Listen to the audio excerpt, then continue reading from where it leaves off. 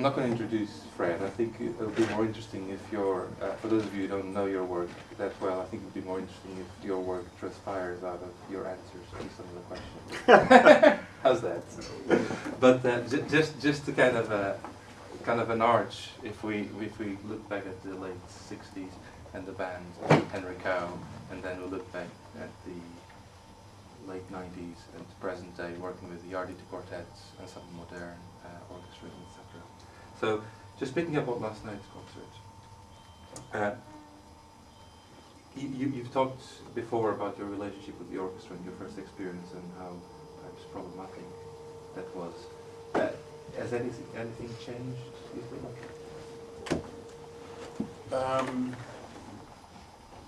I think my skin got thicker. Okay. What about their skin?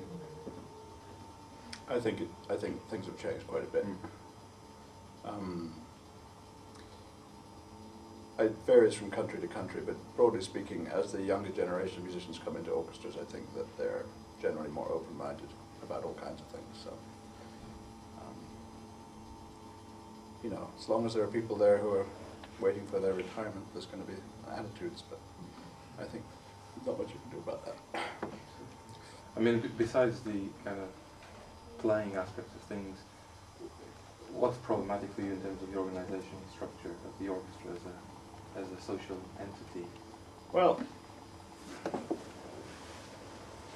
it depends on what level you want to talk about it at, but I would say that perhaps the most obvious level to talk about it at would be an economic one, in as much as classical music is dying, if I could be so blunt. The age of the audience for classical music is getting older all the time. There isn't a younger generation going to hear orchestra concerts. The number of graduates of the Juilliard School in New York, which is the prestigious music conservatory where you expect the top musicians to come from in the USA, for example, the average number of graduates who actually go to employment in music is less than 2%. Whatever jobs there are in the classical music sector, it's very, very competitive and hard to get them. And the number of orchestras itself is dwindling, and my primary knowledge of this is more in America than here, but in America, for example, orchestras are generally subsidized by private individuals. And the programming that orchestras do is therefore driven by what the sponsors of the orchestra want to hear. And since the sponsors of the orchestra is a group which is aging and very traditional, they want to hear the classical repertoire as we know it in a very traditional form. So the number of contemporary music concerts of an average American orchestra in a year is probably, you know, less than 1% of their program. So there's not very much incentive for a composer to write for an orchestra from that point of view. And I guess for a long time my attitude was that the orchestra was this kind of strange hierarchical beast that had existed for a couple of hundred years and was of very little interest or relevance to me. And I don't really know if that's changed in my own mind. I mean, you know, I like working with orchestras because I like the sound that they make, but I don't like the fact that to do a concert means you're lucky if you get a couple of one-hour rehearsals when you need at least three-hour rehearsals.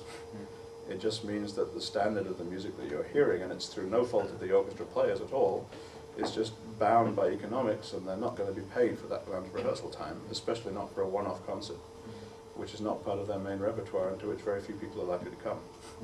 So it means that all contemporary music tends to be under-rehearsed and therefore not very well played, which means people think contemporary music isn't very good, and so on and so on.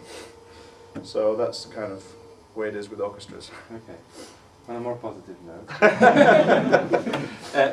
Richard Barrett yesterday here was talking about several, I guess, developments in composition in the 20th century that were important for him.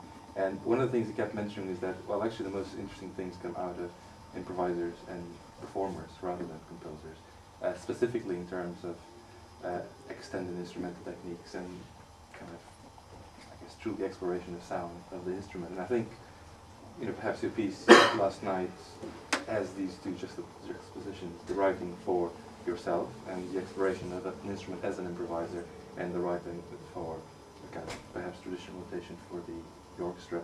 Were these two separate things in the compositional process of the piece? I don't think I'm that sophisticated. But they are written differently in terms of... Yes, but I'm also very pragmatic. If you're writing for an orchestra and you know that you're going to only have those rehearsals and you know that the orchestra isn't really interested in that kind of music anyway, you're not going to spend a lot of time writing difficult parts that they're not going to want to play. So from that point of view, I was very traditional in my scoring of the orchestra for the most part. There are exceptions, for example, in the percussion, where it's easier to get people to, you know, for example, drop things into a bowl, but relative to other things I've written for classical instruments, it's fairly traditional from my side, and that was purely a pragmatic decision. I mean, even in the short rehearsals we had, I could see that it was just impossible for the musicians to get around what I was doing, let alone what they were doing. I mean, it was like I'd dropped in from another planet. And I sympathize, you know. That's pretty much the way it is. But I mean, in terms of your own parts, the piece is written for you as a soloist. What's the life of the piece beyond you? I would assume that if any other guitarist tried to play that, they would do it very differently, necessarily, because a lot of the techniques are kind of specific to my vocabulary, but one could learn them. I mean, I could be very specific. But are you worried? Is it something that interests you to specify the? I guess, you know, going back to that point, that sometimes compositional techniques actually evolve out of performance practice, and that it comes to a point where these things maybe need to be formalized in order to go on. Are you interested in that? In the degree to which it's practically feasible, yes. In the degree to which it isn't, no. The instructions to the guitar performer are very vague and very much to do with me knowing what it is that I'm going to do. If there's ever a chance that somebody else was actually going to perform that piece instead of me, I would be much more rigorous about specifying what kind of thing I wanted. Because actually, I don't think the piece is improvised at all. I don't think I'm improvising in that piece. I think improvising necessarily involves some kind of feedback. And the orchestra is not providing that kind of feedback because it's doing something which is absolutely notated.